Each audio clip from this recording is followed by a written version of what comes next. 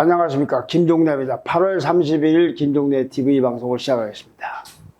국민의힘의 대선 경선의 그 선거관리위원회가 오늘까지, 어제부터 오늘까지 국민의힘 대선 경선에 출마할 후보 등록 신청을 접수합니다. 오늘 마지막 날이죠. 그러니까 경선 버스에 탑승할 승객들을 태우는 것이 이제 오늘로 끝나는 겁니다. 이게 끝나고 나면 일단 서류도 검증하고, 그 다음에 봉사활동도 하고, 주자들이, 그 다음에 정홍원 그 선관위원장이 주관하는 간담회도 한번 해서 서로서 의견도 조율해보고, 그 다음에 비전 발표회도 갖고, 그 다음에 공개 면접 등등등을 쭉 거쳐서 9월 13일과 14일, 그러니까 앞으로 2주 후에 이틀 동안 여론조사를 벌려서 9월 15일에 1차로 여러 명 중에 오늘 몇 명이 등록할지는 모르겠습니다만은 그중에 8명을 일단 선정을 합니다. 그리고 이때 여론조사 할 때는 국민 여론을 100% 반영해서 선정을 합니다. 그러고 나면은 이제 다음 일정이 있는데 이전에 선관위가 출범하기 전에 있었던 구성됐던 그 경선준비위원회, 여기가 마련한 일정대로 그대로 간다면 10월 8일에 2차 예비경선을 해서 거기서 4명을 또 추립니다. 이거는 여론조사가 100%가 아니라 70% 반영하고 선거인단 조사가 한 30%, 그러니까 당원들이죠. 이걸 부사해서 이걸 30% 반영해서 결정이 됩니다. 그리고 최종 후보, 마지막 후보는 이제 국민의힘의 정식 대통령 후보가 되는 거, 이거는 11월 9일 결정되는데, 이 경우에는 또 100%에서 70%에서 다시 50%로 낮아져서 국민 여론조사 50%, 선거인단 의원 50%를 반영해서 선출하게 됩니다. 이 경선 안대로 될는지 안 될는지를 100% 단언할 수 없지만, 그래도 이 경준이의 의견대로 선관위가 채택을 한다면 여론조사는 굉장히 중요합니다. 100%부터 70% 그리고 절반 50%는 반영이 되는 거니까요. 그런데 현재 이 여론조사를 하는 것까지는 좋은데, 이 소위 그 역선택을 방지하기 위한 여론조사를 할 것이냐, 아니면 그런 거 신경 쓰지 말고 그대로 여론조사를 할 거냐가 거기서 주자들 간에 지금 최대 쟁점이 되고 있습니다.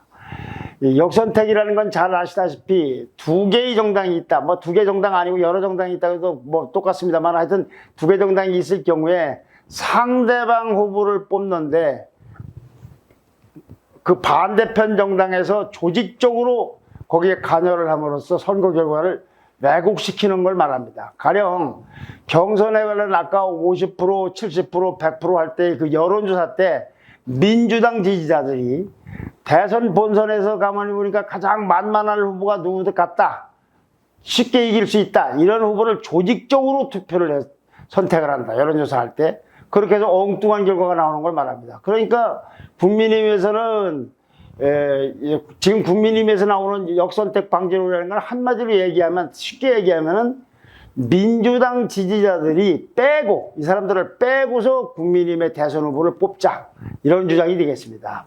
역선택 방지론이라는 건. 근데 이게 역선택 그런 방지를 하도록 장치를 해야 될 것이냐, 안 해야 될 것이냐, 민주당 지지자들을 빼고 여론조사를 할 것이냐, 민주당 지지자들까지 넣는 걸 막지 못하고 내버려 둔 상태에서 후보를 뽑을 거냐는 건 아직 결론이 쉽게 안 나게 되어 있습니다. 이건 여론조사 결과 때문에 지금 나오고 있는 한국사회여론조사소가 지난 27일, 8일 날 실시한 여론조사가 있는데요. 자, 먼저 차기 대선 후보 적합도를 조사해 봤습니다. 차기 대선 후보 적합도라는 건 여야를 가리지 않고 나와 있는 모든 주자 중에서 고르는 겁니다. 이렇게 했더니 모든 사람, 이재명도 좋고 이낙연 후보도 좋고 무슨 정세균 후보도 좋고 윤석열 후보도 좋고 최재형 후보도 좋고, 그렇게 전부 섞어서 조사를 해봤더니 여기서는 윤석열 전 총장이 27.4%, 홍준표 의원이 9.4%입니다. 무려 18%나 차이가 납니다. 그런데 요거를 그렇게 묻지를 말고, 여야를 통째로 묻지 말고 범보수권에 있는 후보만 놓고 물어봤습니다. 그러니까 아예 이재명, 이낙연, 정세균, 추미애는 빼고 여기 있는 유승민, 무슨 홍준표, 또는 하태경, 뭐 최재형, 윤석열, 이런 범력, 안철수까지 포함해서 범력 보수권의 후보들만 놓고 조사를 했더니 이거는 윤석열 총장이 25.9%가 나오고 홍준표 의원이 21.7%가 나왔습니다. 그러니까 아까 전체를 물어봤을 때는 18% 차이가 났는데 여기서는 4.2%밖에 차이가 안 납니다. 이거 굉장한 변화가 오는 겁니다.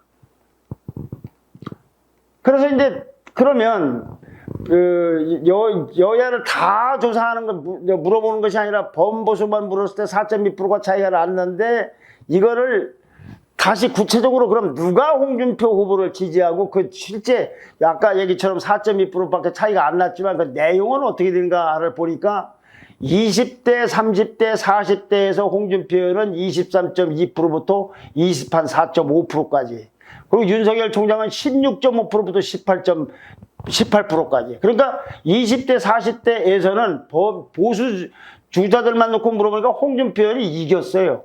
또 호남에서도 홍준표 의원이 25.2, 윤석열 총장은 그 절반도 안 되는 11%입니다. 호남도 압도적으로 홍준표 의원이 높아요. 그 다음에 진보층에서는 거기서도 홍준표 의원이 26.3, 윤석열 전 총장이 11.2% 높습니다.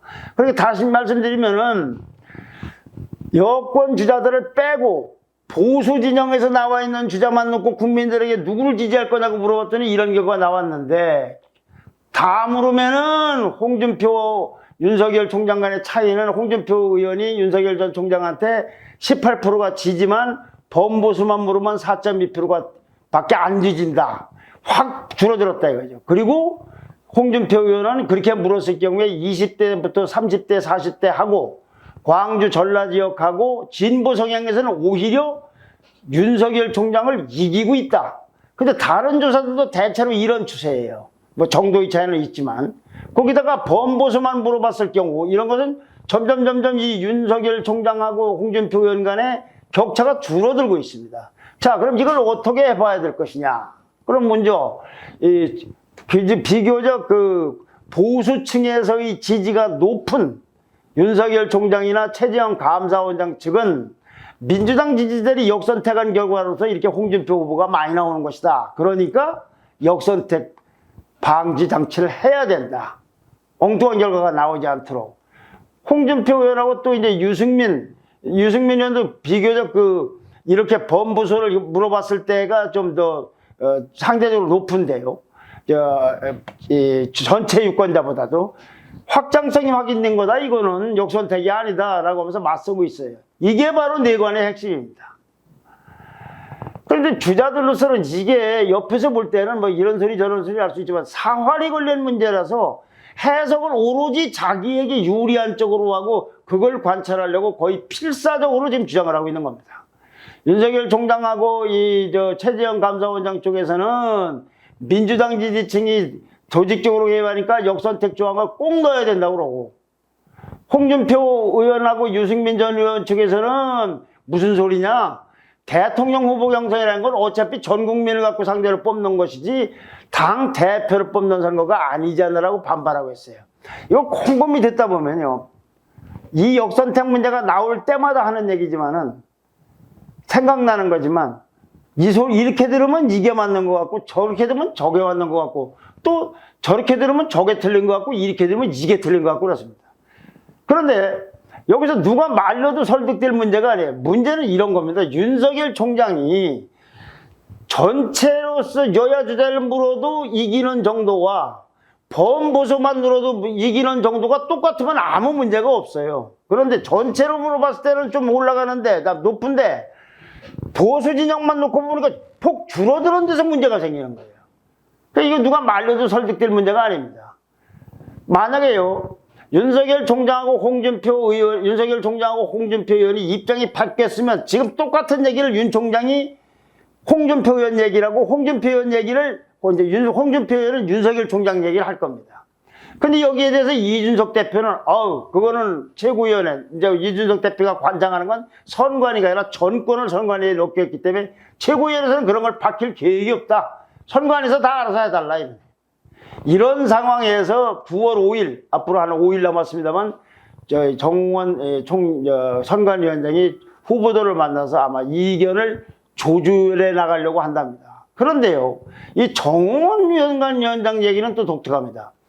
후보가 선거 룰에 대해서 얘기하는 건 선수가 심판하겠다는 거니까 적절하지 못하다면서 경준이가 얘기한 안, 아까 말씀드린 그런 준비한 안은 하나의 안에 불과하다. 선관위는 경준이 안을 전부 다 다시 검토해서 그 길을 갈 수도 있고 다른 걸로 대체하기도 할 것이다. 경준이 안이 확정된 거라면 그걸로 그냥 경선하면 되는 것이지 뭐하러 선관위를 시켜서 이런 고생을 하겠는가. 그러니까 자기 입장에서는 또 엄정하게 물론 중립을 지키겠지만 경준이 안대로만 하지 않을 수도 있다고 비치고 있습니다. 이런 얘기 때문에 아까 말씀드린 역선택 방지뿐만 아니라 텔레비 토론은 몇 번을 할 거냐, 어떻게 할 거냐, 당원 참여 비율, 여론조사 반영 비율을 100%, 70%, 50%로 할 거냐, 이걸 좀 조정할 거냐, 이런 문제까지도 쟁점이 될지 모릅니다. 그런데 우선 당장은 이제 이 역선택 방지 조항이 나와 이것이 논란이 되고 있는데 한수를 더 떠서 유승민 의원 측은요, 정홍원 위원장에 대해서 굉장히 불신을 하고 있습니다.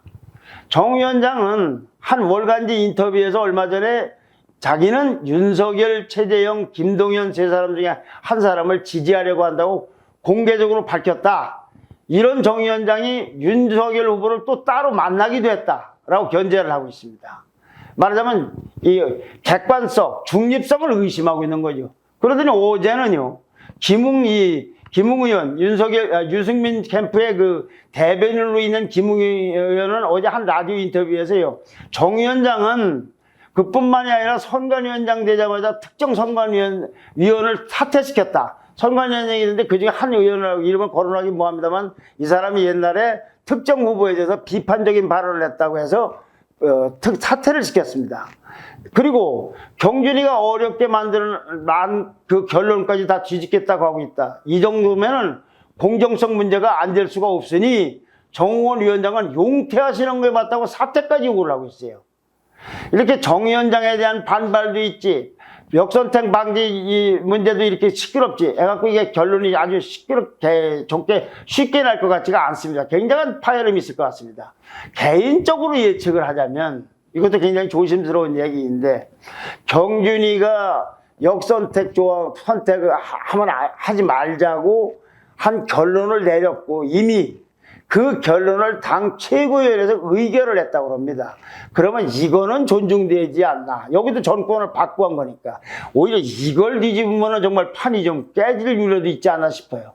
그렇다고 경준이 안은 기본적인 골격은 유지하되 가령 이제 이 첫 번째 컷오프만은 역선택 방지 조항을 했다가 그 다음에 두 번째 4명을 뽑고 본선에서는 뭐 없앤다든가 또는 반대가 된다든가 무슨 타협안이 만들어지는 것이 최선일 거라고 저는 기대도 하고 전망도 합니다. 그러나 이거는 개인적인 얘기고 누구 편을 드는 것이 아니라 어쨌거나 축제 분위기 속에서 경선이 가려면 이렇게 해야 되는 것이 아닌가 하는 의견을 조심스럽게 개진해 봤습니다. 왜냐하면 룰 때문에 경선이 변선판이 깨져서 정권 교체가 안 되면 어떡할 겁니까? 이래서 드리는 말씀입니다. 자, 좋아요와 댓글과 구독 신청 부탁드립니다. 감사합니다.